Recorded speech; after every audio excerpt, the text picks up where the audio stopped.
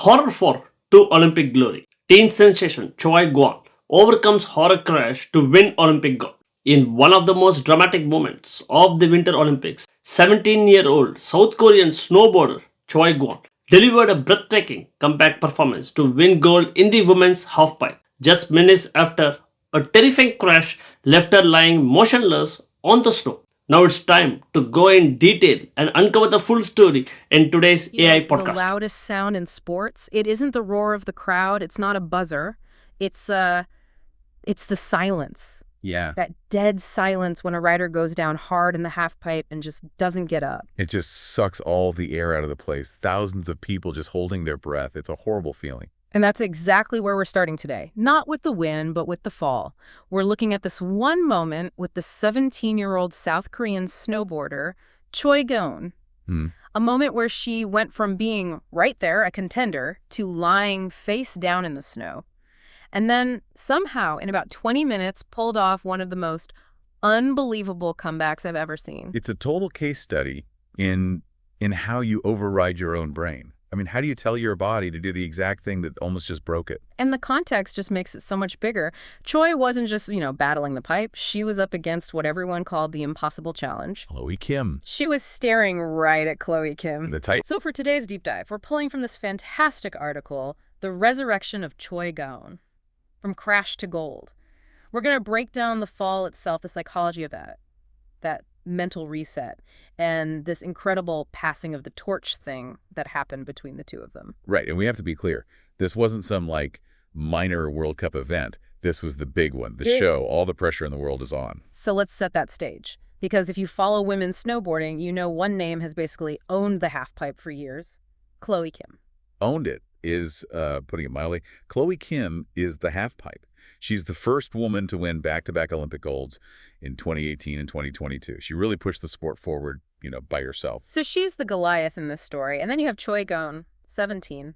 The challenger. And the thing is, in this kind of setup, the rookie versus the duet, the rookie has to be flawless, just perfect. Maximum height, clean grabs, and a technical run that could even touch what Kim does, which is, that's almost impossible. You don't get a practice run against Chloe Kim. No, you can't. You have to put everything on the table from the very first drop. Yeah. And that, I think, is what led to Choi's strategy. She wasn't playing it safe. She went for it. And that gutsy move, it backfired big time. So let's talk about that first run. Choi drops in. She has so much speed. She launches into what the article calls a massive aerial attempt. She's hunting for amplitude. That's height. To beat Kim, you have to fly out of the pipe. You can't just be doing spins down low. You need to be 12, 15 feet above the deck. Okay, so she's up there. She starts this really complex spin, and then she has to come back down. And that's it. That's the most dangerous split second in the sport. Hitting the coping, the edge of the pipe. Explain that for a second. Why is that one spot so critical? Well, the margin for error is basically zero. You come down a few inches too low inside the pipe, your knees can buckle. A few inches too high on the flat deck, and you're looking at broken ankles. Choi. She did something even trickier. She clipped the very edge. Clip the edge. It sounds so minor, but at that speed, it's a catastrophe. It's like a tripwire in midair. Yeah. Her board's momentum just stops dead. But her body's still moving at full speed. The source says she just flipped forward. She was catapulted. I mean, totally lost her bearings and just slammed headfirst down the slope. We're not talking about a little slide.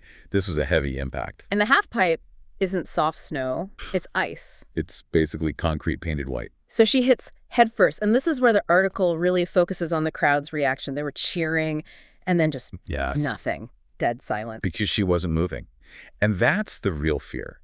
In that moment, nobody cares about a score. They're thinking about concussions, about her neck. The source says there was this genuine fear that her Olympic dream had ended in that instant. It's the absolute nightmare scenario. You train your whole teenage life for this one 30-second run, and 10 seconds in, you're just face down.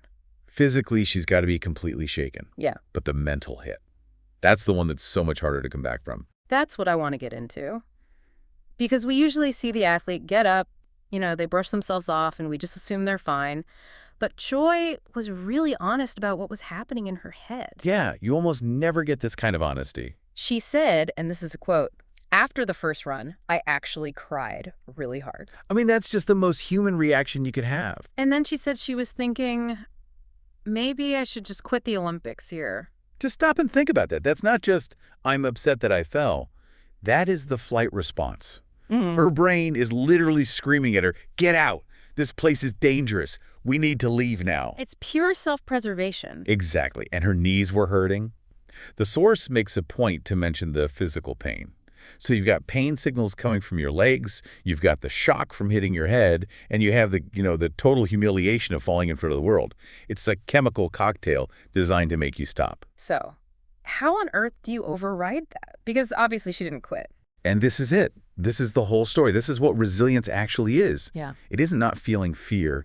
It's finding a way to wall it off for a minute. The article talks about this internal monologue she had. She's standing there, probably trying to see through tears, and she just starts repeating this one phrase to herself. You can do this.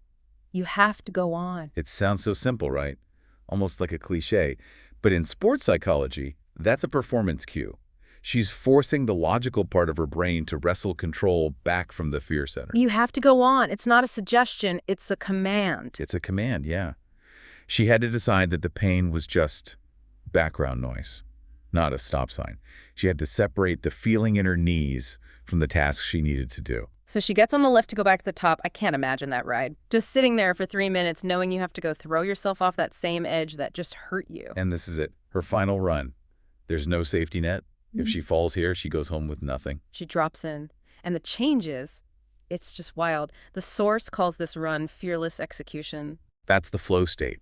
The second she committed, all that hesitation, it evaporated. So walk us through it. She hits that first wall. And she goes huge. She isn't riding cautiously just to get a medal. She goes right back to the biggest tricks, the hardest spins. Her technique was just spotless. Remarkable composure, the source says. Which is just insane when you remember that 5 minutes ago she wanted to quit. To have that kind of body awareness, to land those rotations when your knees must be screaming, that's elite. She stomps the last trick, rides to the bottom, and then everyone just has to wait. And the judges, they have a tough call. They have to score the run on its own merit, but it was just so clean. The riding did all the talking. And the score comes up, 90.25. Wow, that's a huge number. Anything over 90 in the pipe is like the gold standard. It means you were basically flawless. And that score did 2 things. 1, it won her the gold medal. 2, it knocked Chloe Kim off the top spot. The teenager beat the Titan. You couldn't write a better script. It's unbelievable. But this is where the story gets even better for me. It's not just that she won.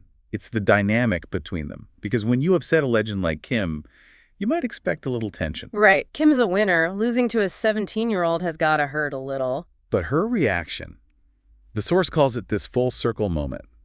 Chloe Kim was all class. And there's this backstory that really explains why. This part blew me away. They've actually known each other for years. Kim said she's known Choi since she was little, which for a 17-year-old means she was like an actual child. Yeah, she remembered seeing Choi as a young athlete at a test event back in Pyeongchang before the 2018 games. Think about that. 2018. Kim is on her way to becoming a global icon, winning her first gold. And she sees this little kid, Choi Gaon, riding the pipe. And now, years later, that same kid is standing next to her on the podium with the gold. Kim actually called it a full circle moment. She said something like, it's such a full circle moment seeing her from when she was so young to now standing next to her. It just changes the whole feel of it. It's not a hostile takeover. It's a passing of the torch. It's the icon of the sport basically saying, you earned this. I saw you coming. And for Choi, you can imagine it was completely surreal. She said it was the kind of story you only see in dreams. But I love that she didn't pretend it was easy. She said, during the final, mentally it was so tough. She was literally fighting her own instincts the whole way down. Absolutely. And her body. Once the adrenaline faded, she admitted her knees were a bit bad. Which is athlete speak for, they're killing me. For sure. But then she said this great line, I feel like I'm overcoming it all with happiness. Yeah, I guess the feeling of winning a gold medal is a pretty powerful painkiller. It helps. But let's zoom out. The article makes this really important point near the end. It says, in sport, resilience can be just as powerful as talent. I want to push on that a little, because obviously she's incredibly talented. You don't get a 90.25 by accident. Oh no, she's world class. Of course. But on that day, in that specific hour, her talent wasn't the deciding factor. Talent got her in the air, but it didn't save her from the crash. When she was on the ground, talent was useless. Talent doesn't help you get back up when you want to quit. Exactly. The thing that got her from the bottom of the pipe to the top of the podium wasn't just her skill. It was her ability to manage that emotional storm. That was the resilience. If she had listened to that panic, she would have walked away. Still a great snowboarder, but not a champion. It's the recovery time that gets me. We all fail at things, we all crash. But we take a day or a week to get over it. She had, what, 5 minutes? She basically compressed the entire grieving process of failure into one commercial break. That's a great way to put it. It's true.